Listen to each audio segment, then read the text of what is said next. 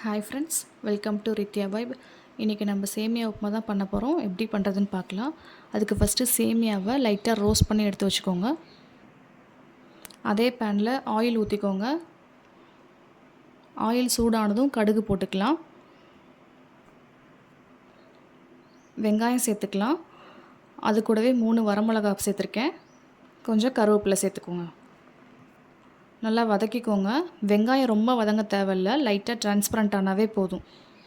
வெங்காயம் ஓரளவுக்கு வதங்கினதுக்கப்புறம் தக்காளி சேர்த்துக்கலாம். நான் ஒரு மீடியம் சைஸ் தக்காளி தான் சேர்த்துருக்கேன். நல்லா வதக்கி விட்டுக்கோங்க.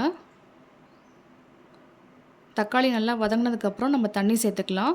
தண்ணியோட லெவல் பார்த்திங்கன்னா 180 கிராம் சேமியா எடுத்திருக்கேன். அதுக்கு நம்ம வீட்டில் இருக்க நார்மல் டம்ளரில் 3 கிளாஸ் அளவு நீங்கள் தண்ணி ஊற்றுனீங்கன்னா கரெக்டாக இருக்கும். தண்ணி அதிகமாக ஊற்றுனீங்கன்னா சேமியா குழஞ்சிரும். அந்த லெவல் மட்டும் பார்த்து ஊற்றிக்கோங்க.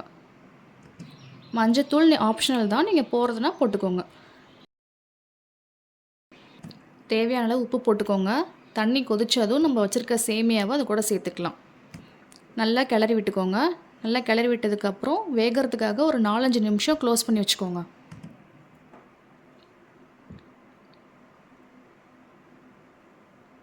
அஞ்சு நிமிஷத்துக்கு அப்புறம் பார்த்திங்கன்னா நம்மளோட சேமியா நல்லா வெந்திருக்கும்.